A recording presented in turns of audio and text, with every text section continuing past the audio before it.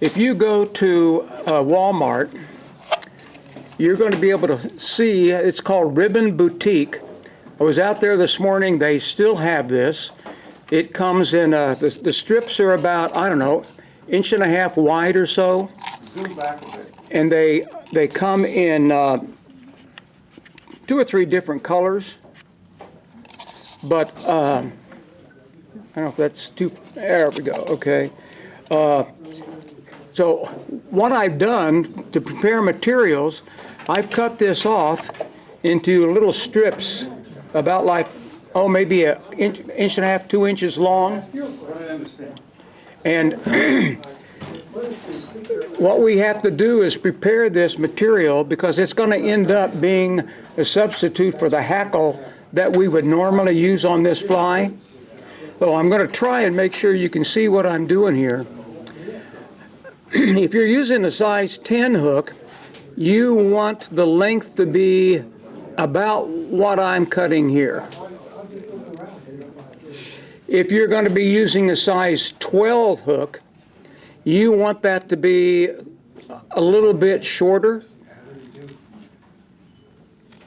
And you're going to have some waste in the middle. That's okay. Don't worry about that. Now I'm going to tie the first one with a size 10 hook. So this is that strip of material that I just cut. And in order to get this ready to go, this is an important step. See this heavy-duty rib right here on the outside edge? I'm going to take my scissors and I'm going to cut as close to that rib as I can. And I'm going to cut in, about 1/4 inch. I'm going to do that on both ends. Okay? Now the reason I do that, let's see if you can see this. I'm going to get this a little bit closer. All these strands that are vertical to the rib, I just cut those and they're going to peel off. You see how I'm peeling them off? Peel off to as far as you cut and do that on both ends.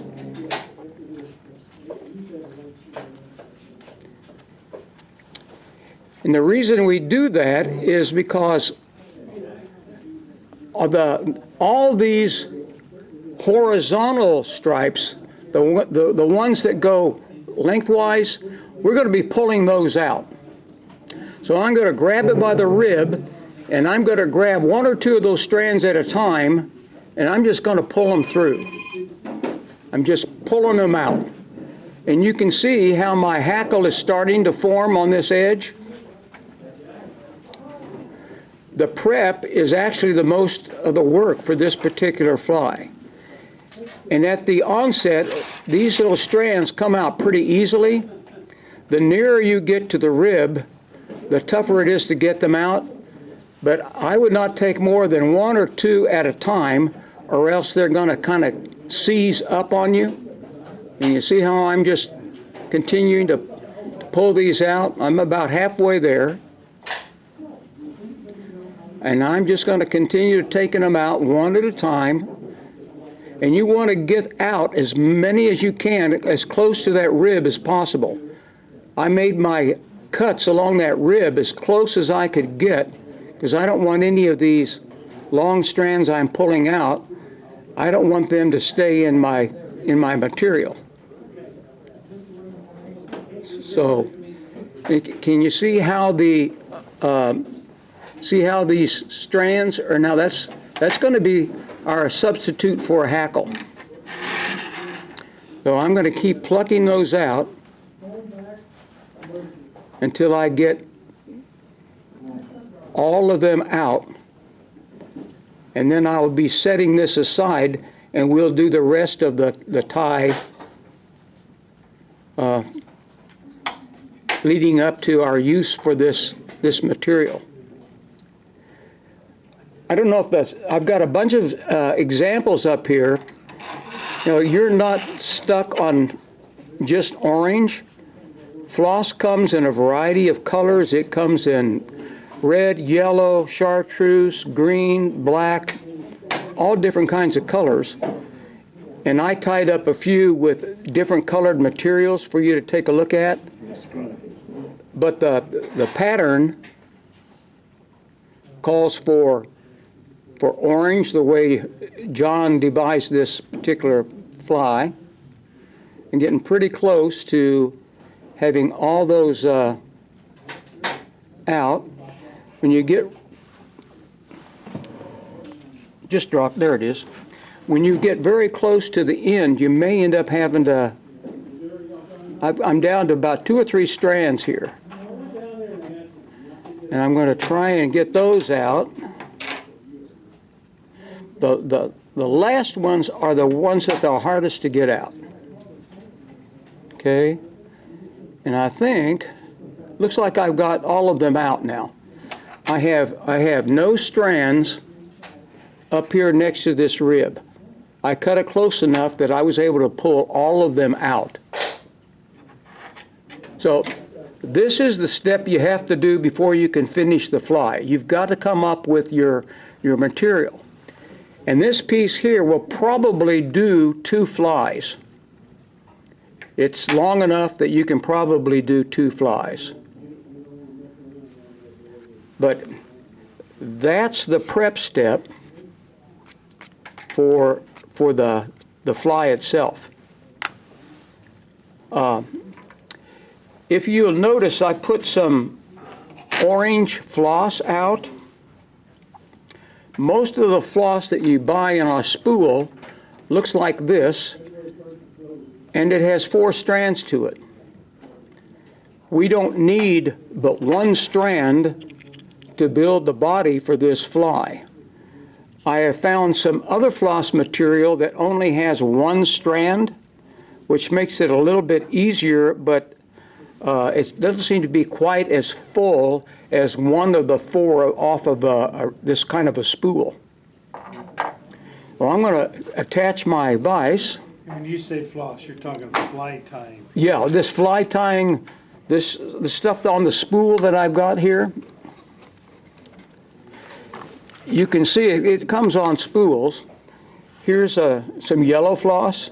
It's 4 strand.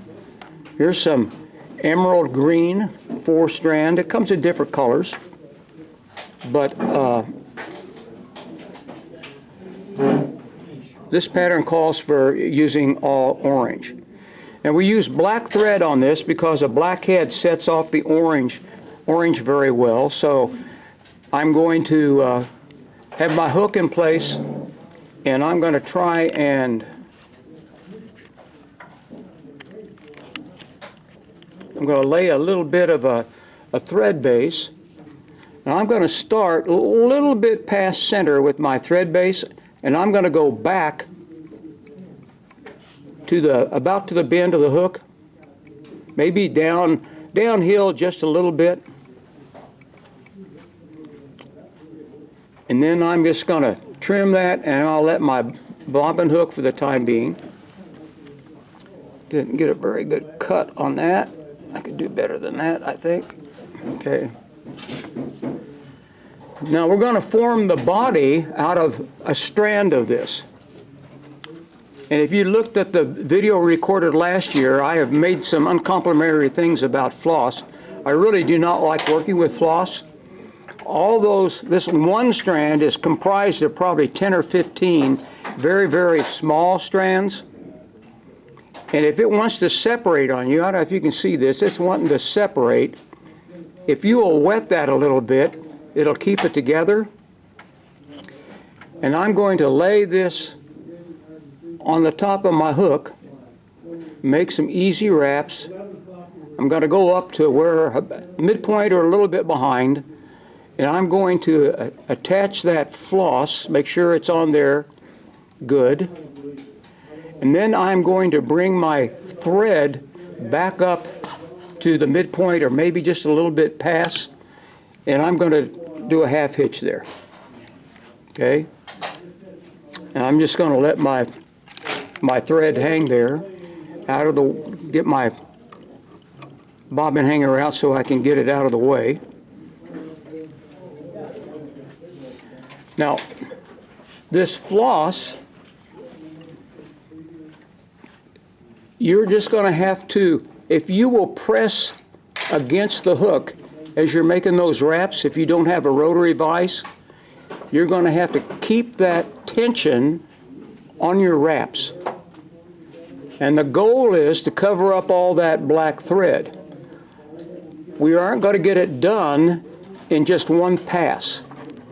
So I'm going to speed this up. I'm going to use my rotary, and I'm going to speed that up. I'm going to go back up to where my black thread is, and then see how my floss wants to separate?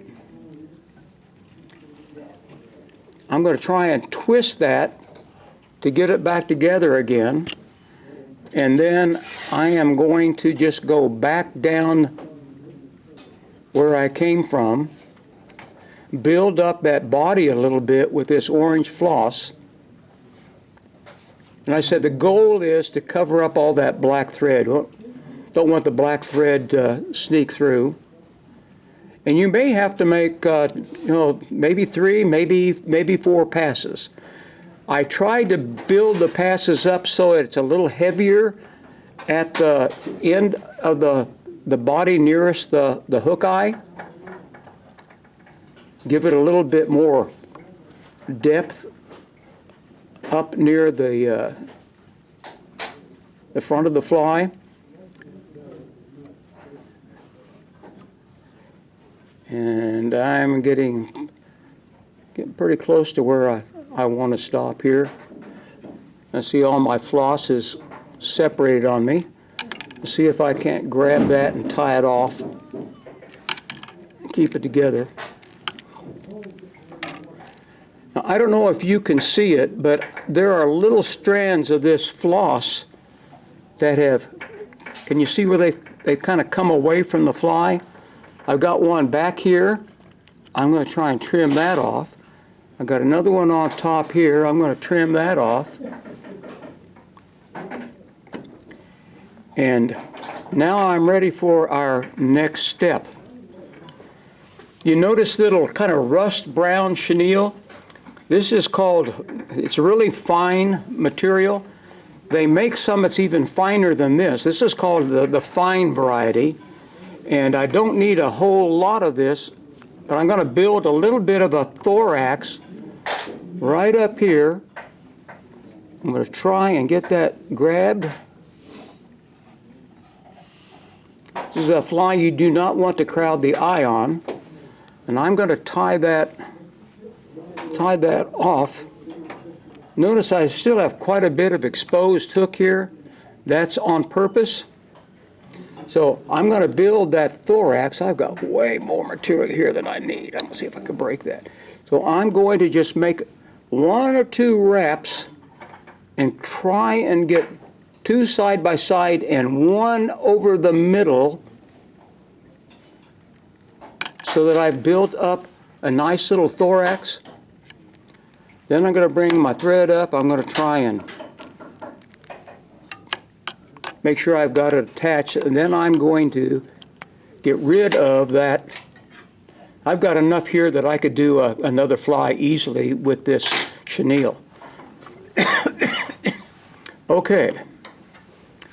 Now we're looking at, this is the hackle that we made.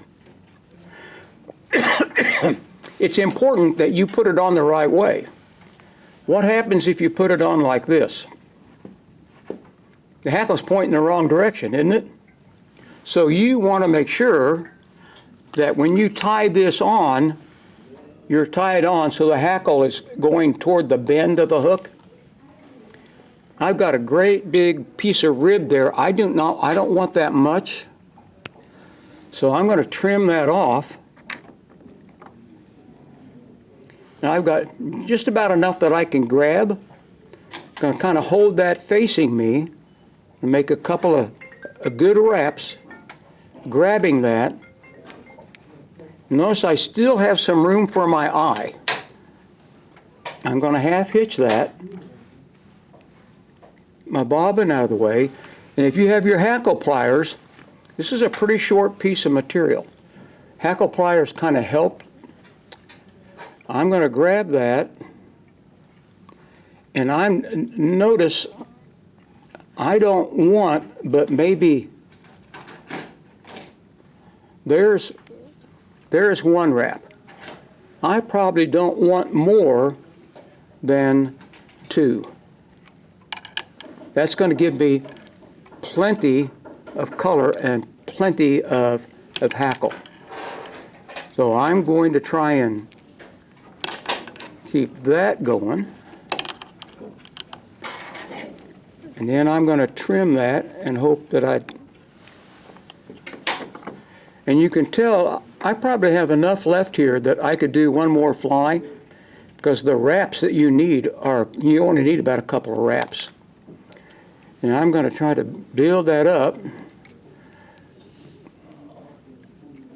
I've got plenty of room now for a nice head on the fly.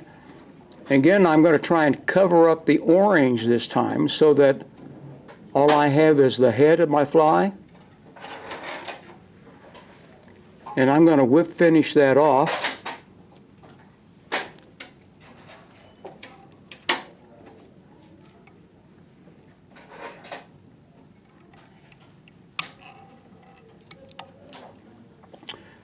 Trim that.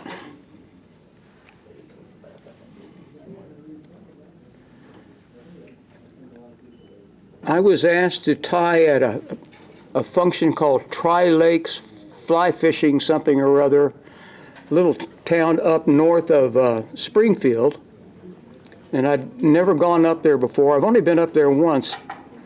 I'm thinking about going back this year, but there were quite a few lady tyers up there, and this fly was an instant hit, just because it's a little bit unique. The materials are kind of different, but that is a Blair'S Organza. And if you look at some of those different colors I did, this comes, the floss comes in different colors, and the boutique ribbon comes in different colors too. But I just like the orange one. I don't know, I have had several times on the water where I've got a material that they don't make anymore that I use as a strike indicator, some Rio material, and it's orange. And I have found that trout like orange. If I could figure out a way to glue a hook on my strike indicator, I'd be in good shape. But that is a Blair'S Organza. I think it's a really pretty little fly. I've got some fuzzies here I would like to get off of there if I can. I don't know if I can get them off. But that's a Blair'S Organza.